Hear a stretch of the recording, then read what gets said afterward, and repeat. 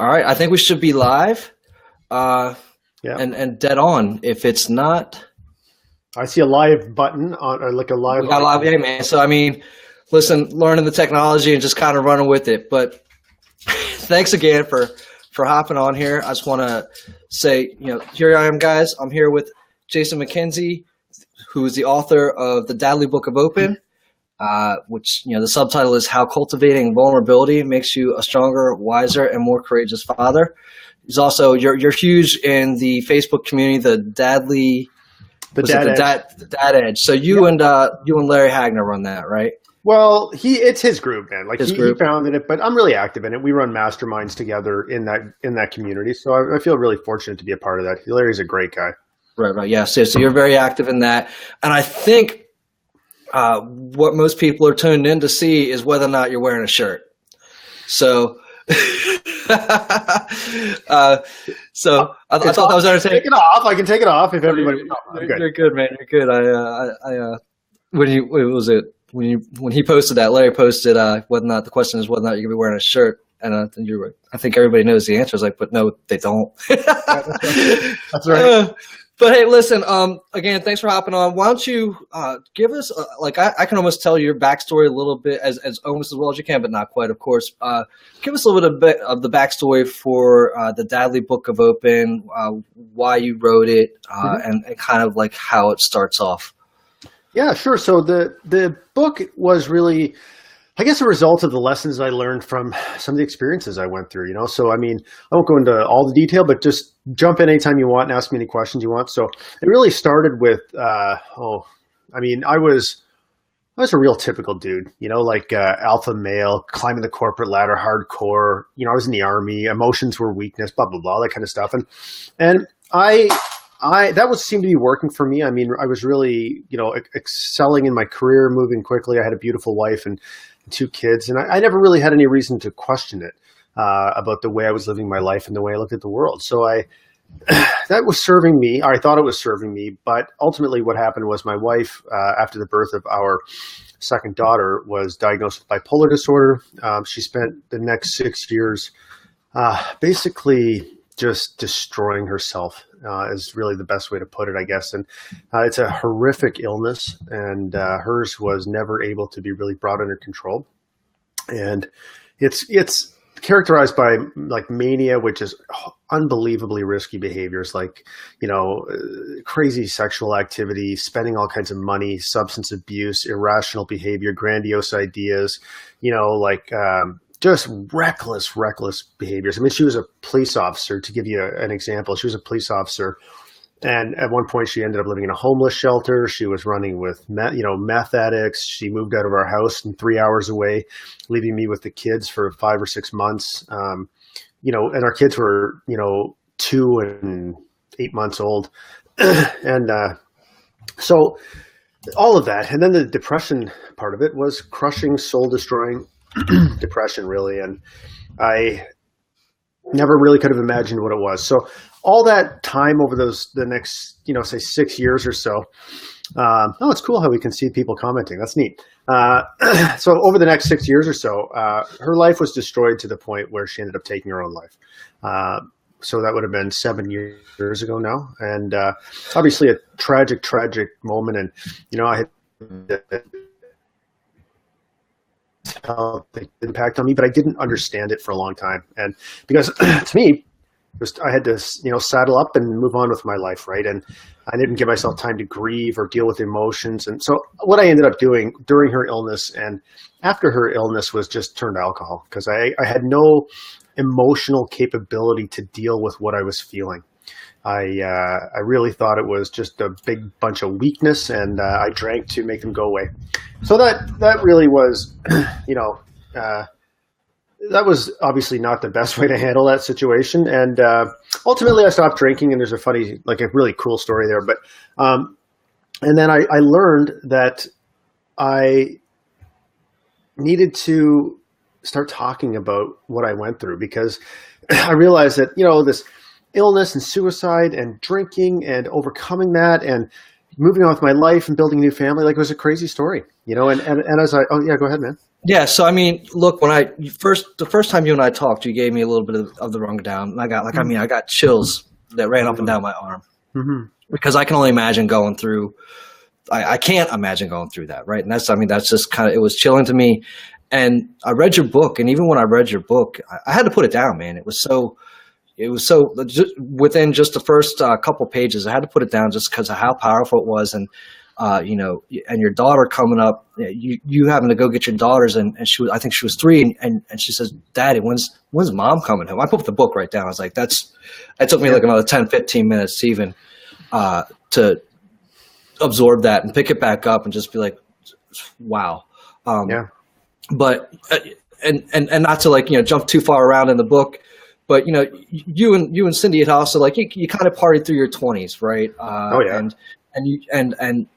What I appreciated, I'm just going to kind of jump into a little about the book. What I really appreciated about the book was how you shared that very visceral moment right off the bat, and then you started talking about how your life was, and it wasn't done in an apologetic way, right? In terms of when you started talking about like your 20s, how you lived it just like most 20-year-olds did. I was like, wow, I'd just written myself like a little ebook, and I thought that I'd left myself a little vulnerability, but there were definitely parts that I'd left out. When we talk about doing your book, you were like, you ripped away the "I'm just a hero" part, right? Yeah. And I think that was huge and evident, and and talk a little bit about like ripping away that hero part. Yeah, well, I needed to be a hero in my own head because that's what strong men were. And I had the typical vision of what a hero was, right? Which was a decisive action taking person. And I really wanted to be, when things were the most difficult with Cindy, I loved when people thought I was heroic. Because it was one of the other than my kids, it was one of the very few bright spots I had in my life. My wife was horrifically mentally ill. She was destroying her life. She was destroying our future. And no blame here. That's just what was happening. And so for me, to have people say that, you are so strong. I wish my husband was more like you. I heard that a lot. I hope my kids grow up to be just like you. That was a huge source of pride for me.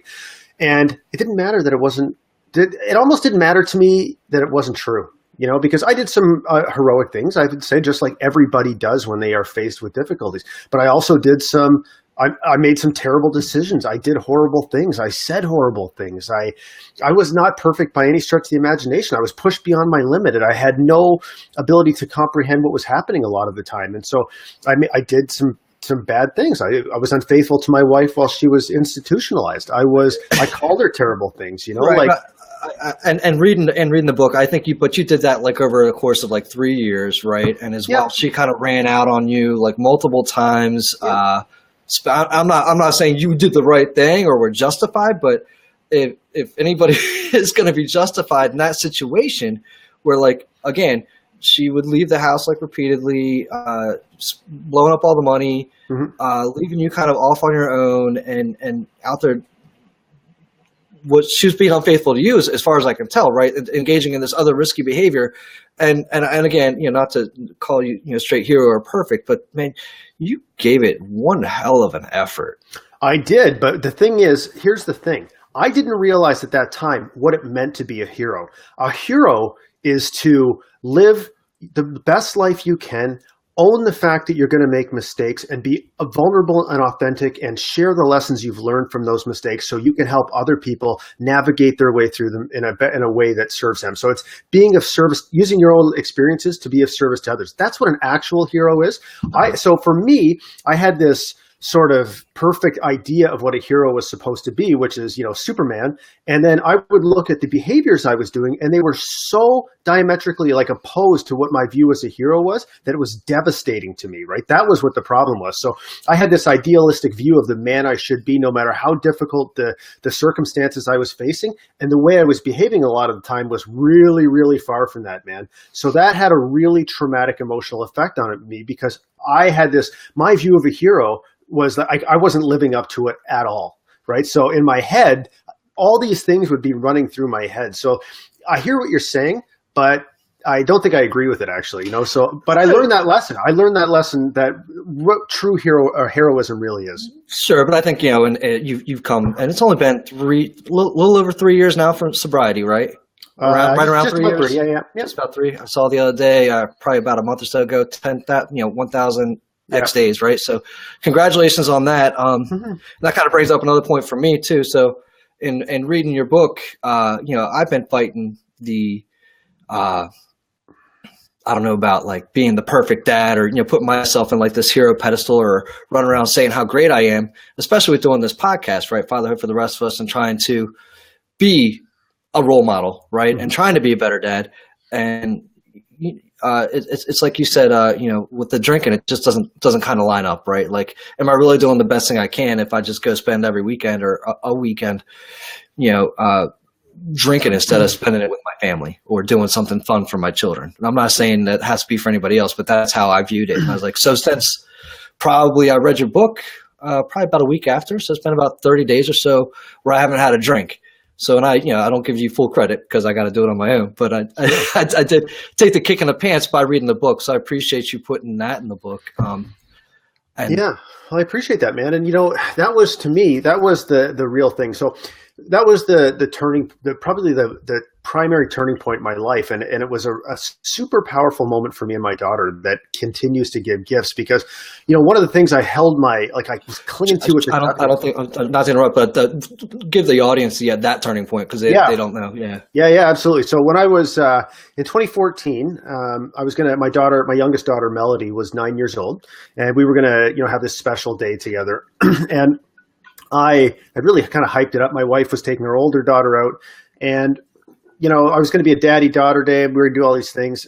And when the day came around, I did what I really did quite frequently at that point, which was, I waited till 11 o'clock till the pub opened up, went and got a few beers, took her for some fries, then went to the liquor store and drank the day away while she played by herself. And I hated myself the entire time I was doing it. And then at the end of the day, my wife came home and my daughter went up and talked to her, and she came over and she looked me in the face and she told me she was disappointed in me.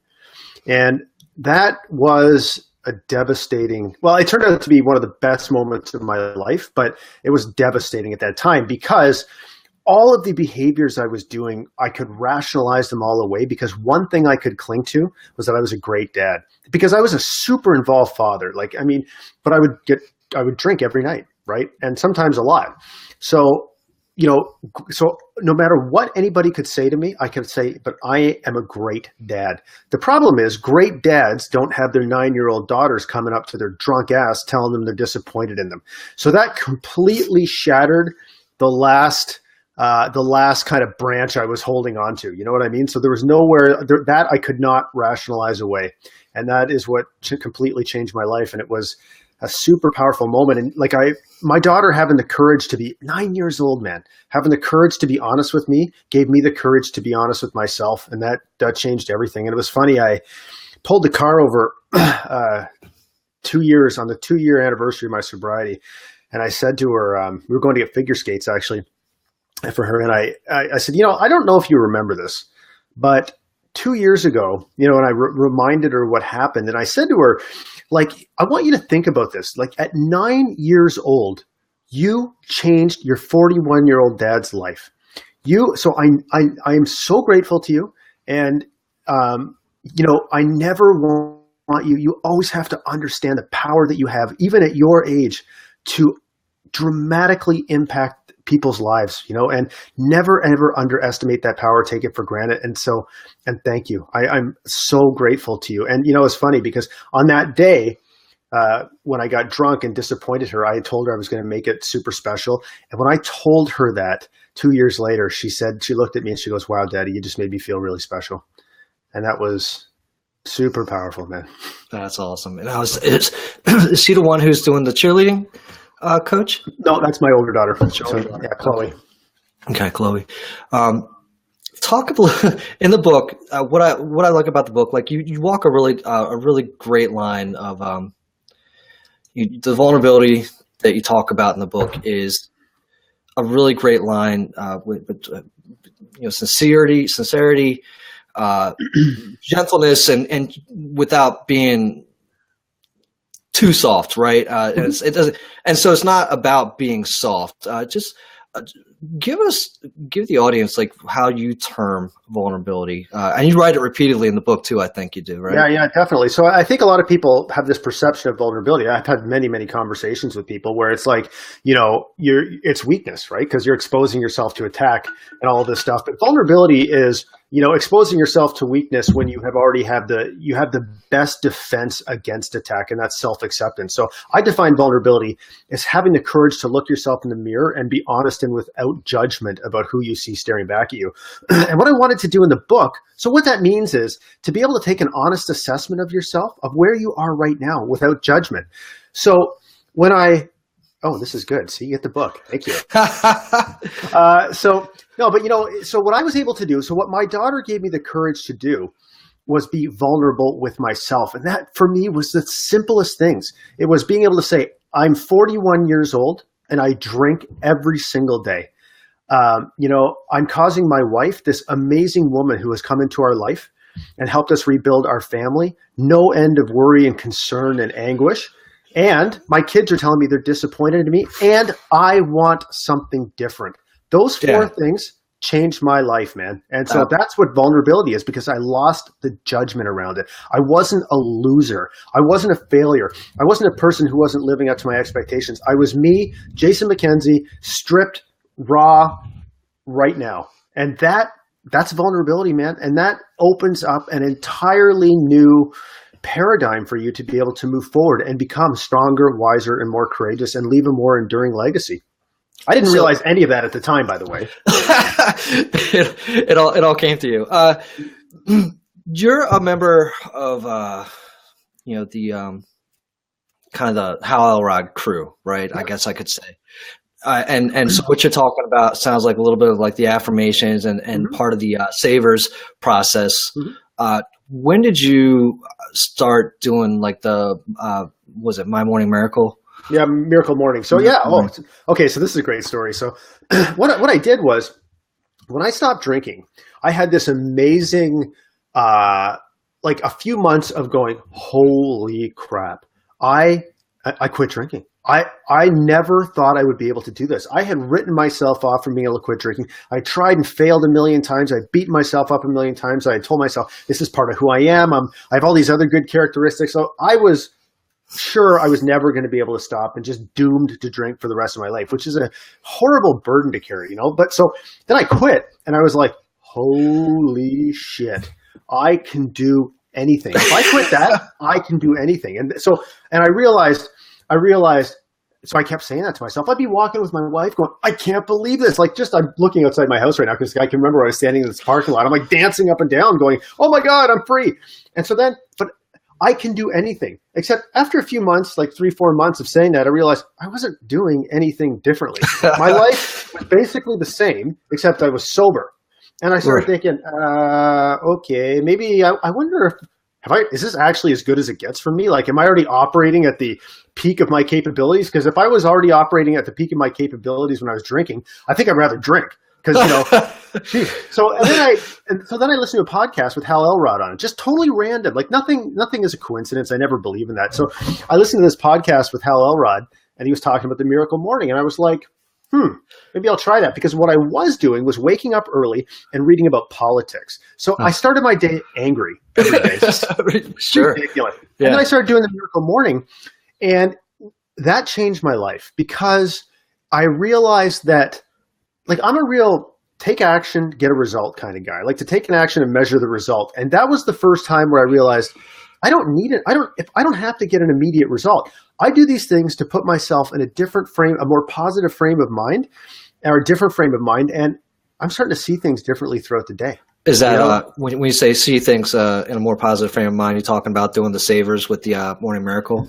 Yeah, morning? So doing the affirmations, the meditation, the visualization, the reading, and all that kind of stuff. And then, but what was happening was I was going to work, and I was seeing things differently, and I was interacting with people in a different way than I had before. It was like major at the beginning, but I was feeling more open and more authentic. And I started talking to people about what I was doing, because I'm like, I don't know what this is about, but it makes me feel better, And then all these amazing things started to happen. Like I mean, you guys are in the States. So that year I rode my bike. I would listen to his podcast and different podcasts.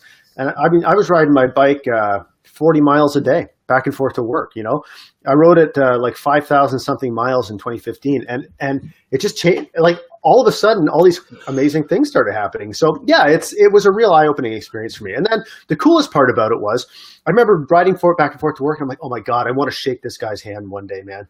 And I actually spoke at an event in October, and he was in the audience, and I think I was telling you this. I got down, and he hugged me, and he goes, "Oh my God, man, you got to be on my podcast." And I was like, awesome. Did this actually just happen? Like, okay. So you didn't even meet him until I think you did the John Vromans. Yeah.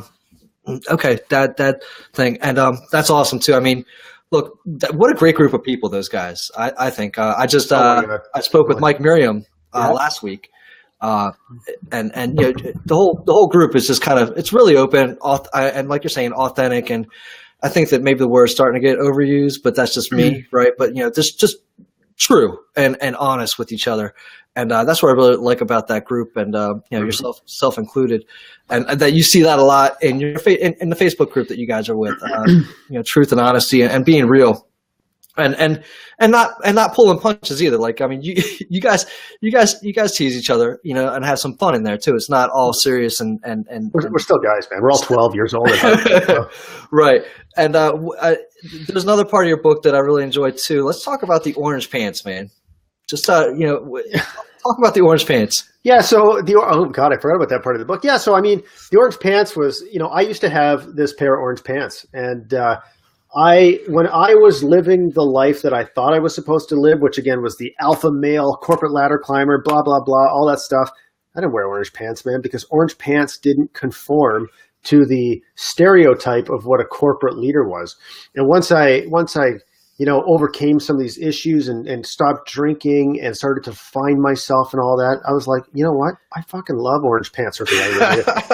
I love orange pants, man. And it's time to get them out and start wearing them. You know what I mean? Great. And it's a great metaphor for being able to, just be yourself. That's really what it's all about, right? So if you have orange pants and you love wearing them, just put them on. Yeah, I love it. I love it.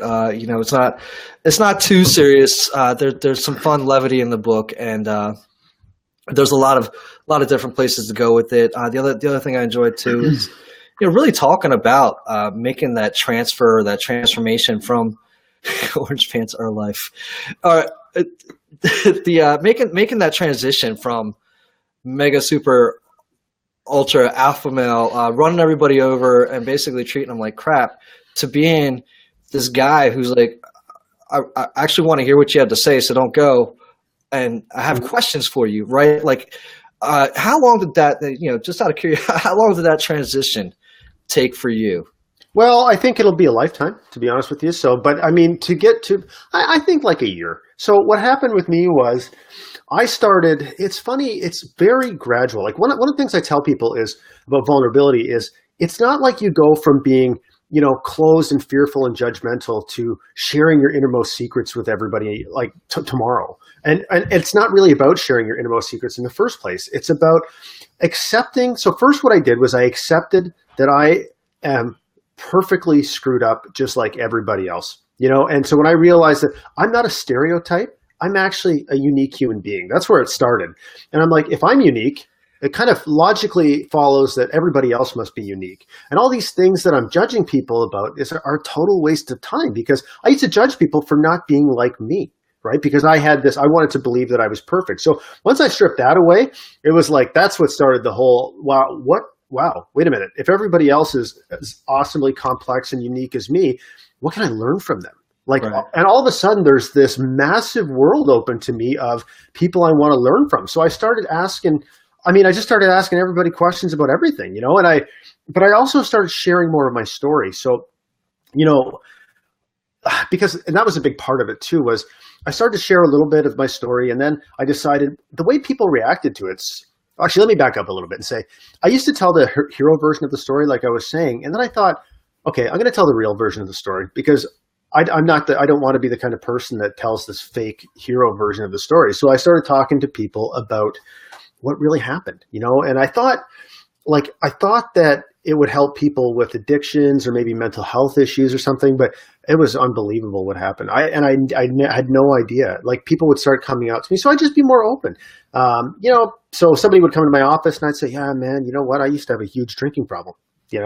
And I'm just still coming to terms with all that. And or somebody would come to my office on my team and say, "Man, like I'm having I haven't been feeling the best lately," or I'm like, you know what? Me neither, man. Like, I'm actually like, I think I'm actually grieving my wife's death right now. Like, I mean, so I started having these kind of conversations with people as a pretty senior leader in a company. Right. And it was amazing what happened. I started connecting with people on such an authentic level. And I was like, this feels so good. I never, like, I wasn't connecting with people like this before. It was all superficial. And so, I just started doing more of that. And then I just started, you know what, that's it, wide open, man. So I remember standing up the first time I ever had talked about that thing about being unfaithful to my wife, when she was institutionalized, was me talking in front of 300 cops. Wow. Yeah. And I was like, I'm saying to my wife, I don't know what's going to happen here, but I'm going to say it anyways, and let's see what happens. And the standing ovation I got at the end was amazing. And so many people came up to me in tears after saying, brother, like, oh my God, I've struggled too. And I was like, okay, this is, and I'm still like all this time, I'm still discovering how powerful this is. And it's like, but the crazy part is, I am my most powerful and you are your most powerful when we're just being ourselves. And I always say to people, how come I met like thousands of adults in my life and nobody ever told me this? Like, it's kind of important. I feel like, honestly, like we're kind of in a transitory, different part of our lives, and not just because we're both hitting 40, right? But like I feel like I'm seeing more, positive, quote unquote, like energy, more people being open to having these conversations. We're at a kind of a nice change. It feels like the world, but I mean, maybe it's just what we're allowing ourselves access to or watching, right? Like you said, you stopped paying attention to politics and trying to changing those things. And I'm not like all law of attraction, but like if you're positive and upbeat, you're going to be around positive, upbeat people. Yep.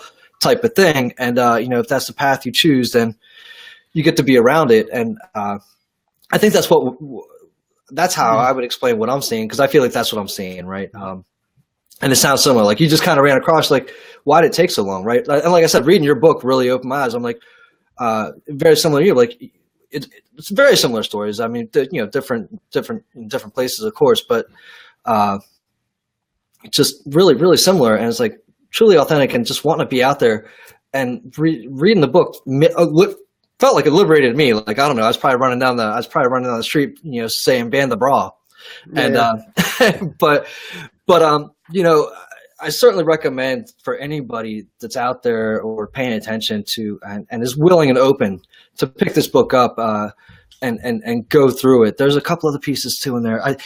So I mean, look, you've been very successful in your career. Are you still working that job? No. So what happened was I started doing these things and talking to these people, and I realized, so my job on the outside looked like a really good job, and I thought it was good. I mean, I enjoyed going there and everything, until I started doing these things, like talking to you about things like this and meeting new people and getting new opportunities. And then I was like, oh my God, I actually hate this job. Because now I have something to compare it to. And right.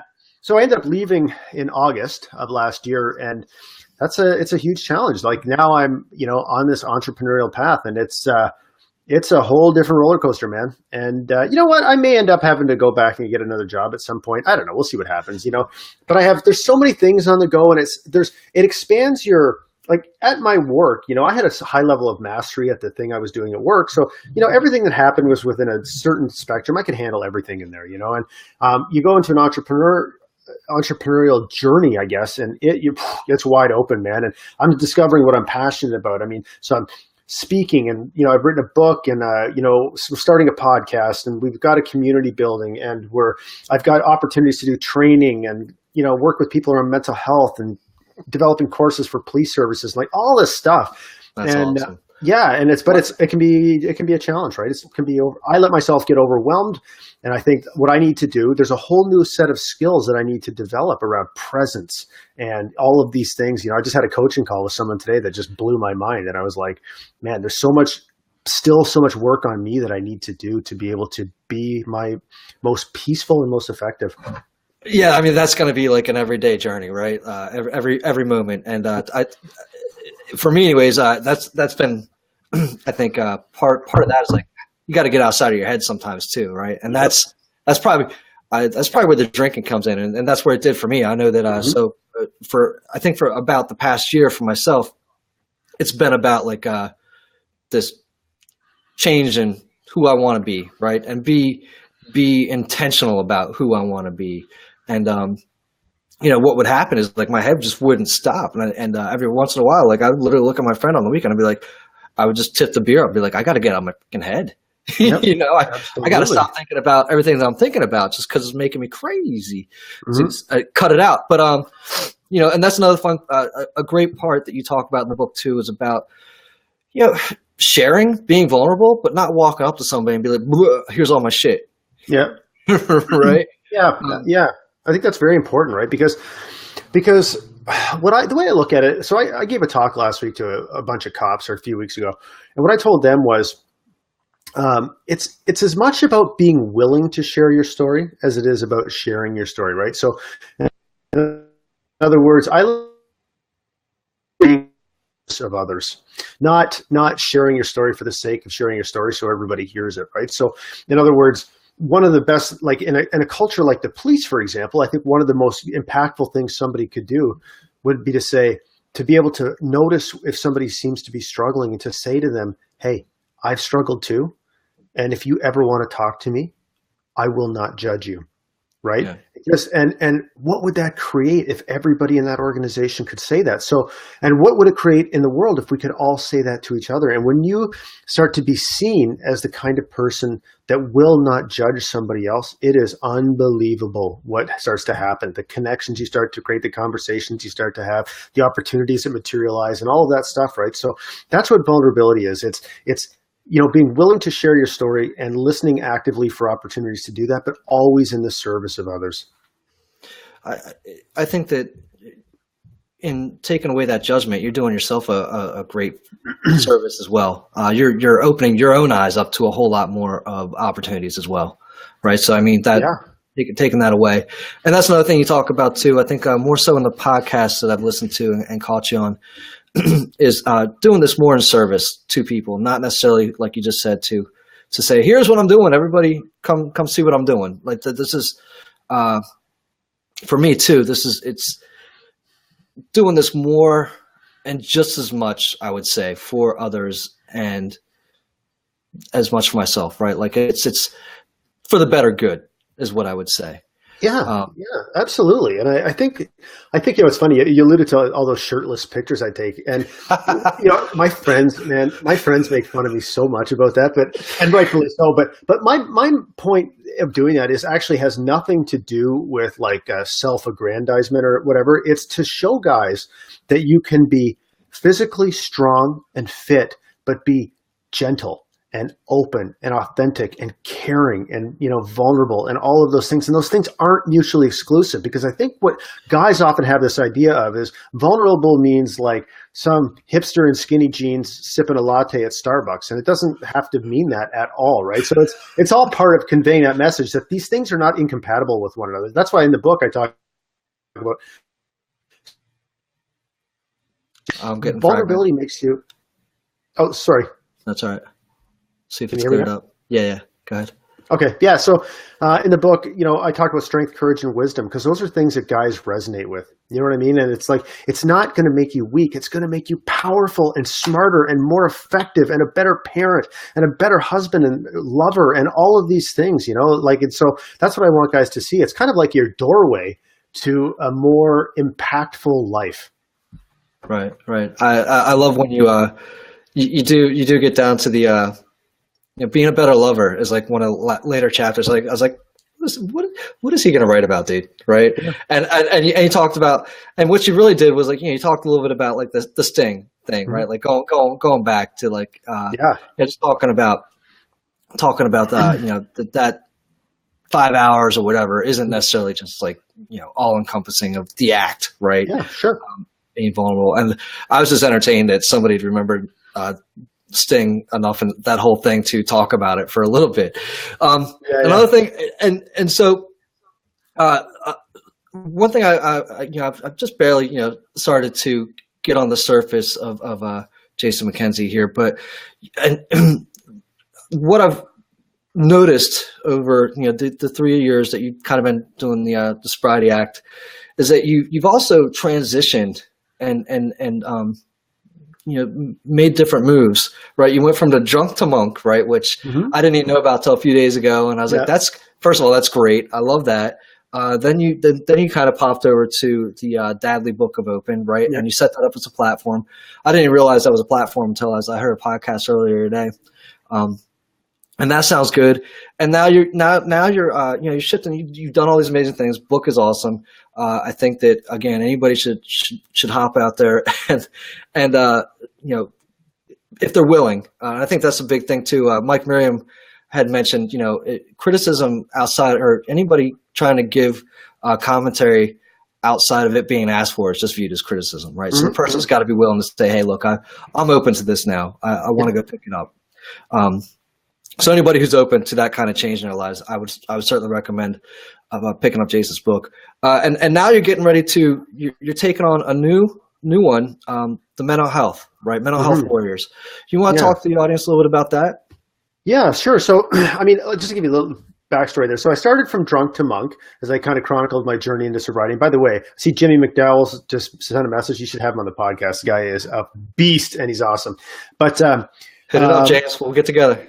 Yeah. So I started from drunk to monk, and then I thought, I was kind of done with that part of the journey because I'd moved beyond the alcohol part. I mean, I will always tell those stories in the service, to help other people and stuff. But I kind of thought I moved beyond that. So then I started the Book of Open, which was a platform to help other people share their stories. And I really felt good about that. But it felt like, I don't know, I felt like that contribution, I wanted to move on from that. And so we created Mental Health Warriors. And one of the things so I do a lot of speaking on mental health issues because of my wife and all of that. And I talk to law enforcement, like first responder agencies and all that kind of stuff, and other people too.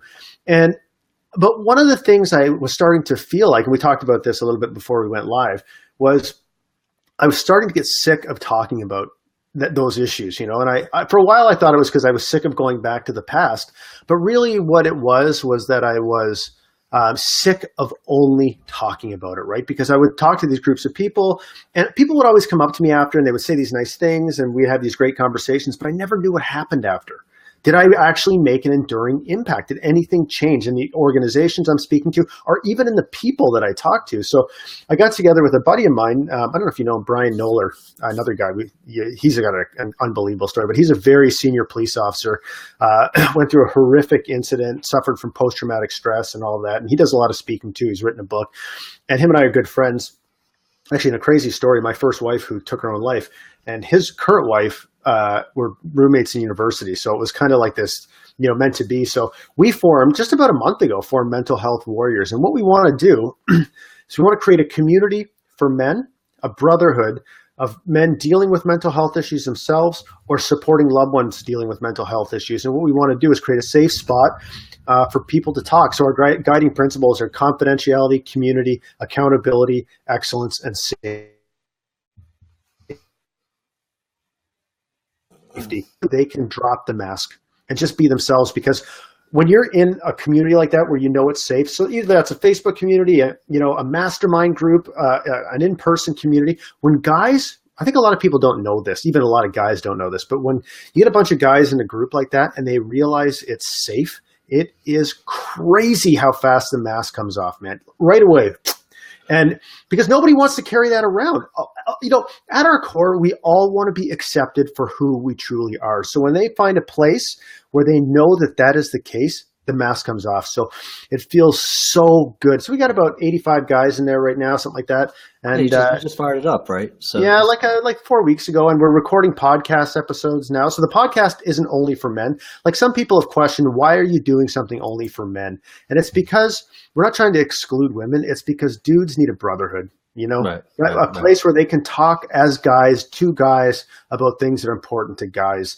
And, and they'll take, every guy in that group will take things away from that group and incorporate them into their own lives with the people they care about, with their wives and kids or whatever.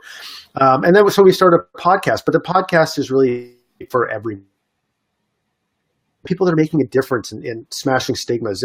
It's a podcast for people to come on and share their real stories. It's to have controversial ideas, right? I have some really starting to develop some kind of out there ideas about mental health, and I haven't explored them enough to make them public, but so it's to have all these, like an open forum where we can talk about anything and everything, right? Just like you're doing related to fatherhood. So yeah. I mean, I'm trying to keep it as genuine as possible. I can see that without. Look, just being bare, right? Yeah.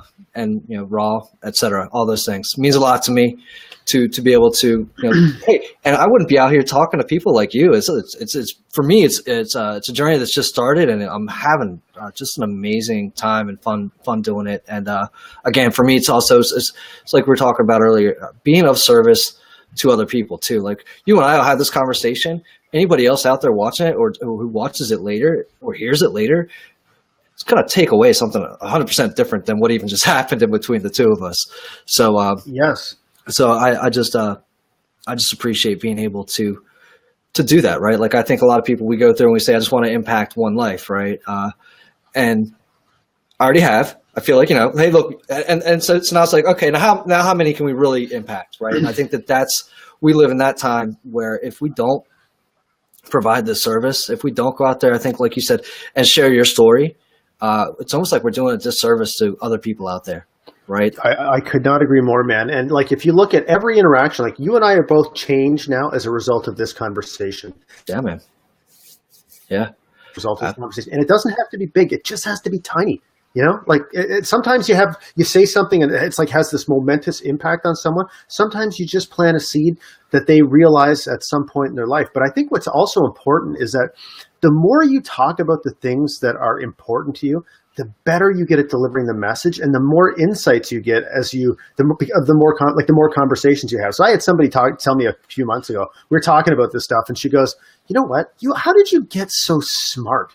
And I'm like, I'm not smart. It's just that I talk about this stuff all the time, and I think about it a lot. If I had spent the last 2 years since I stopped drinking, or 3 years fixing bicycles, I would be an incredible bike fixer by now. I can barely change a tire, right? So let's talk about your bicycle riding habits too, by the way. The unicycle. Why? Why not? No, how did that come about? And I wish I had like an image I could flash up to share. I'm sure somebody looks for Jason McKenzie on a unicycle to find him, but it's funny, but in a good way, right? Yeah. So I mean, my brother used to be an extreme mountain biker, and he got into this guy who used to ride a unicycle on all those mountain bike trails, like a knobby tire. And so he started learning a unicycle, and I thought, geez, I don't know, it was kind of fun. It would be a fun thing to know how to do. So then I started to do it, and then I don't know, it's been 12, 13 years now, I guess. And so now I have a great big unicycle, and I ride it sometimes 40 miles. That's crazy. Right? So yeah, and it's what I like about it is people always. It's once you know how to do it, it's like anything else. It's not hard once you know how to do it, but what it takes a tiny bit more concentration than riding a bicycle, for example. Okay. So it helps me. I like it because it helps me be more present, right? Because it's not that you have to think about it a lot, but you have to be a little bit more aware than when you're riding a bike, right? So it helps me kind of focus on the task at hand, and also I think it really lines up more. So it's that was. Is that your orange pants? That's the orange pants. That's exactly what it is, because it's me not having the courage. And some of the things people have said to me are crazy, man. Like, I mean, most people, kids love it and all this stuff, but I've had some people like roll down their window and say just horrific things to me on it. It's just the worst. Like, oh, I don't even want to say it. They're horrible, but it's okay. I mean, it hasn't happened very often, but yeah. So it lines up nicely. I think it's more in line with my values now than it ever was before. You know, it's the orange pants. So I love that about it too. I love it. I love it. So, so here we are, Fatherhood Podcast. Real quick, let's just jump into a little bit of that. Let's tail end it with that. This journey, from going from drunk to monk, and kind of taking it from that. That's like me learning how to stay on a hoverboard. See, I could probably not stay on a hoverboard even for a second. So there you go. How have your children kind of reacted to this change? And how noticeable is it? How often do they comment on it? They don't comment on it at all because I was always a very, very involved dad, very caring dad. I always talk to my kids a lot. But I think what's happening is, so they don't notice the change, but the way our relationship has evolved is different than what it would have been. So in other words, by me, like, I'll give you an example. Like, I think this is a super important message for parents, but as I discover my emotions, like, so after I stopped drinking, I started actually, because drinking numbs all your emotions, man, and I thought that was a strength of mine, that I was logical and I could make decisions that were not based on emotions. I stopped drinking and I started feeling all these human emotions, anxiety and passion and gratitude and sadness and all this stuff. And it was like, I'm in my 40s and I'm learning how to deal with this stuff. And in some ways I still am. No, I definitely still am. And so, but what's cool about that is that I'm able to share that with my children. So they're 13 and 12, and they know that I feel the same emotions that they feel. And when they know that, they will come to you when they feel them. What we so often try to do as parents is we try to pretend we have all our shit together and like no one is, we got it together. And then our kids know, guys, that we're not telling them the truth. They're not going to come to us because they can't relate to us. So, like, I'll give you a quick example. Like, when I was writing my book, my daughter was now she's just finishing grade 8, but she was at this point in grade 7.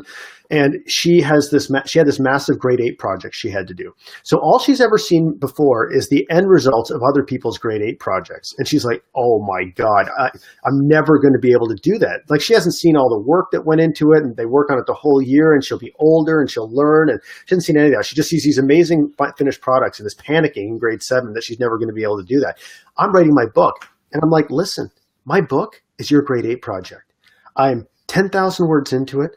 I don't know if I can finish it. I feel like I have nothing else to say. I feel like my writing is garbage sometimes. I feel like I don't know if the publisher is even going to like it. I feel like sometimes, even if these are the things I worry about, I worry about exactly what you worry about. But I was able to make her part of the process as I got through the book. Hey, you know what? I'm halfway through it now, and now I'm learning more about the subject. I feel like my writing's getting better. I can see a light at the end of the tunnel. I know how I work best. All of these lessons I'm sharing with her along the way. So it gave her a whole different set of information to be able to manage, to understand what she is going to go through, and to be able to come to me, when she's struggling in a grade 8 project, because daddy's been through it, and that is a huge, huge gift to give to your kids, man, that type of connection. No, I love that. You also recently posted in the Facebook group, I think it was like a couple weeks ago, the note that your daughter had written to you, right? And I thought that was pretty powerful too. Like, I guess she'd witnessed the two of you having an argument, and she'd written down, "Hey, when you guys do that, it doesn't make us feel comfortable."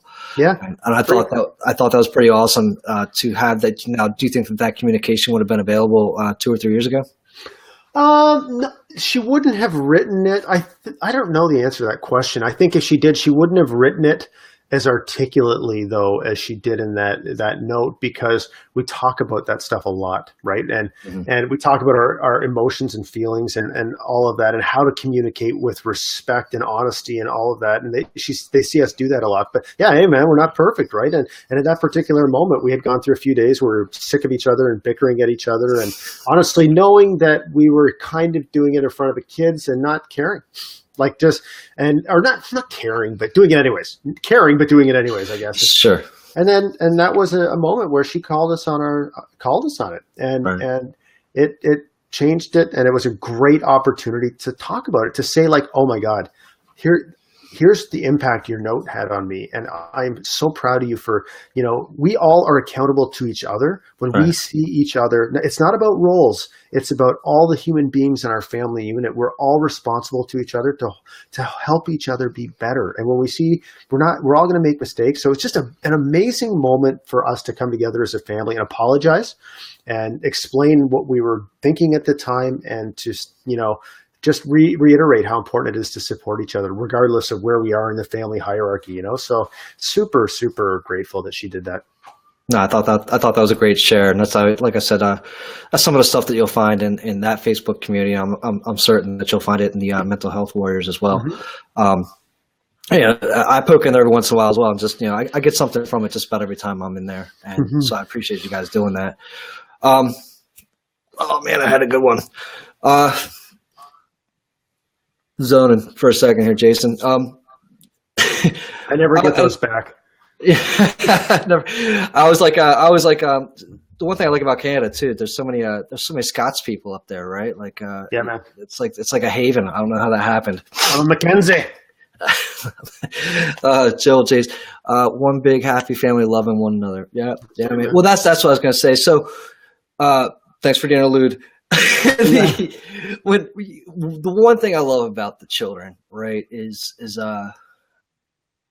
they're not all the barriers. I don't think are as established, right, that we come up to, that we see as adults, and so sometimes they're going to say something that's just so dead right and spot on, and call us on, what your daughter did, right? She's like, just these other barriers to say, I can't talk to my dad this way because he's older or bigger or for some other reason. Our children don't see us as anything but their parents. And I think to me, that's huge, because and keeping that honesty always available is huge to me. And I think that's kind of also what you're sharing when you're sharing those. Well, and I think too, sorry, I just wanted to say on that point, I want to say too that it's really important that your kids know that, well, you have, as family, you share sort of a foundational set of values. Every day presents you with situations that you've never faced before. I've never had a daughter who's 13 and a half years old. Right. So things happen. And so what's also really good is to show them how the parenting sausage is made. Like, I've had lots of things where there are times when I've said, I've said something and thought it was going to turn out another way. And I wrote about that in the book. Right. And it's like, oh my God. So if it doesn't work out, you kind of fall on your sword and you say, they know that I am trying to figure this out too. And it's not always going to be perfect, but every time it doesn't work out, it's an opportunity to talk about it. And that gives them it drives home the fact that you're authentic and you're not perfect, but it also gives them information that they can use on their own parenting journey or through their own life, Right. So it's super important to let them know that parenting is messy too, for sure. So messy. What's Joel saying here? Absolutely. I struggle to level with my 17-year-old son. He stays to himself most of the time. Hey, dude, I mean, guys did. I don't know. I wasn't overly, I wasn't a big talker to the rest of my family, right? And I don't know that it was expected from your child. We're going back, 20 plus years now too. That's another thing that I think that we're in a different set of mentality. And whenever I post something, I think on like Instagram or something, I always put like the hashtag fatherhood movement, because I think that we're embracing, really being a dad, right? And taking in all that it has to offer. Whereas, I think, even just 20 years ago, it was show up, go to work, and provide, and wake up every day, rinse and repeat. And we weren't expected to have that interaction with our children. And I think we're again in a really great place where it's not. I think that we're expected to now. Mm-hmm. But we're able to take advantage of that really a lot more now. Well, how many dads in our parents' generations had the opportunity to have these kind of conversations? Like, not very many, right? It wasn't even on the radar. No, and hey, man, that's the other thing great about the internet, right? Like we were able to reach out to somebody that's willing to talk to us in the same manner that we want to talk to, and it's expected now, confirmed. That's my wife. Yep, check on it. I like your wife. I like your wife. Go Meg. So we don't have to go far to find other people like ourselves anymore. It's really like the click and the clack of the keyboard, and we shouldn't limit ourselves to our immediate surroundings to explore the world, right? And find others kind of like ourselves. So I'll hustle us on here. Usually I ask kind of like, what fatherhood means to you type of thing, but I think that most people get the gist of that. Mm-hmm. It means a lot to you. Otherwise you probably wouldn't have written a book about it. What is like maybe a question or something that you think I should have hit on by now? No, I don't know. I think you've done pretty good. I think one thing that's important maybe to talk about is briefly is, how I handle the topic of alcohol, right? Because I think one thing that parents think is, if I tell my kids and all the shit that I did when I was their age, I mean, I'm going to have no moral authority to try to get them to do the right thing, right? And the way I look at it is, I will never ever tell my kids not to drink. But what I will tell them is, I see my job is not telling them not to drink. It's giving them the power of choice, helping them understand the incredible power their choices have to shape the future that they want. So when I talk about drinking with them, I talk about, here's why I started drinking when I was 13, my daughter's age, man. I can't believe that. So, but here's why I drank, because I wanted to fit in. I wanted to be accepted. Can you hear me? Is it okay? Child wandering the halls looking for me. Oh, okay. No, sorry. Yeah, so sorry about no worries. So my job is by being vulnerable, I can give them a whole bunch of insight into why I did the things I did. So why at 13 I drank, because I wanted to be accepted and I didn't have the self-confidence to march to the beat of my own drummer. About what that was like as a teenager. About what it was like for me when Mummy in heaven was sick and I didn't know how to cope with my emotions and what that created in my life. And then what my life has looked like after I stopped drinking. Like, I can give them all of that information and then at the same time teach them how important the choices they make are. That's so much more powerful than telling them not to drink, and they get that awesome responsibility that they have. And I'm really optimistic about the choices they're going to make. And when they confront situations where they're not sure how to handle it, or when they make mistakes, they're going to come to us and talk about it because we have that type of relationship and they know that their parents have made mistakes, Yeah, and I was kind of raised in that very similar atmosphere, right, where it wasn't so much of don't do this, don't do that. It was more or less, here were my experiences with that, and I don't think so well, but not at all time. But you know what, man, and that was another thing. I agree. It's kind of letting them having that real conversation and not saying don't do it, because I think anytime you tell somebody not to do it, it's like, well, I'm just going to go do it anyways, right? Sure. Now, and I think I keep saying drive it to a close. The other thing that I did want to mention is, like, I mean, do you feel you wrote in your book like all your 20s and all the drinking you did, and then like just kind of waking up and having that hard stop on the drinking, mm-hmm. and really charging forth now? Is it almost like, for me, I just feel like totally revitalized. I'm like, listen, I tried hardest to destroy myself and I didn't take myself out. I guess I better give it a go now, right? Is any of that kind of, do you feel some of that yourself? Not really. I think what it more is that, wow, I learned a ton of lessons I am learning a ton of lessons from that time in my life, and I have a responsibility to share them. So I never think of it in terms like, oh my God, I tried to friggin' kill myself, or I wasted a ton of time and I got to get my ass in gear.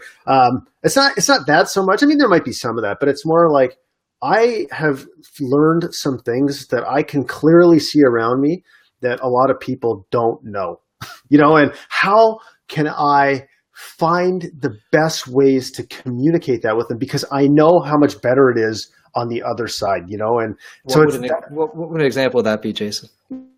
So for example, not drinking, right? So, what people do is people that drink and want to stop drinking, where they think they have a problem, they create all these fears in their minds, right? Not going to be able to socialize. People aren't going to like me. Why can't I just drink like a normal person? I'm going to try do in moderation, blah, blah, or if I admit I have a drinking problem, then people are going to know I was a liar all those times I said I didn't, and all these things, all these fears.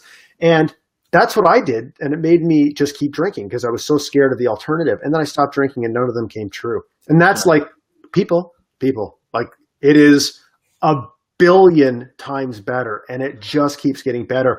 And I was the ultimate head case where I would have had a really hard time believing that, but I never had anybody explain it to me in a way that resonated with me.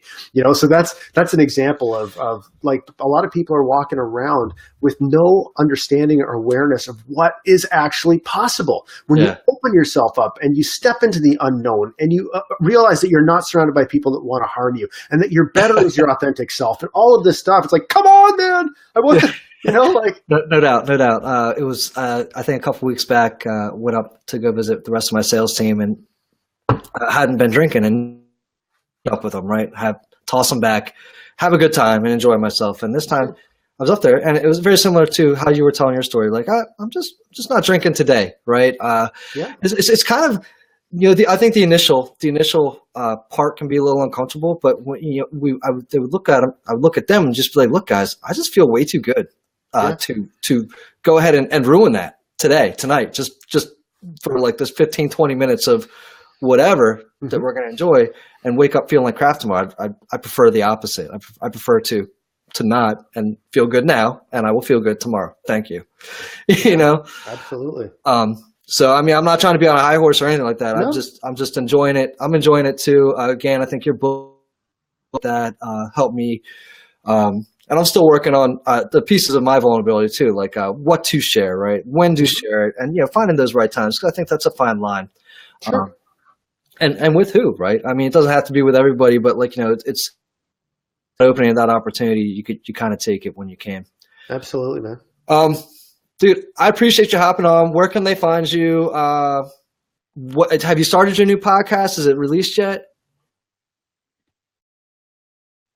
Episodes recorded now, so we'll go live soon. So people can find me at mentalhealthwarriors.com. They can find me at thebookofopen.com, but the best way to reach me is Jason at mentalhealthwarriors.com or just Jason McKenzie on Facebook. I post there all the time, so you can find me there. And I'm always happy to talk. And if any of your audience has any questions, like seriously, reach out anytime.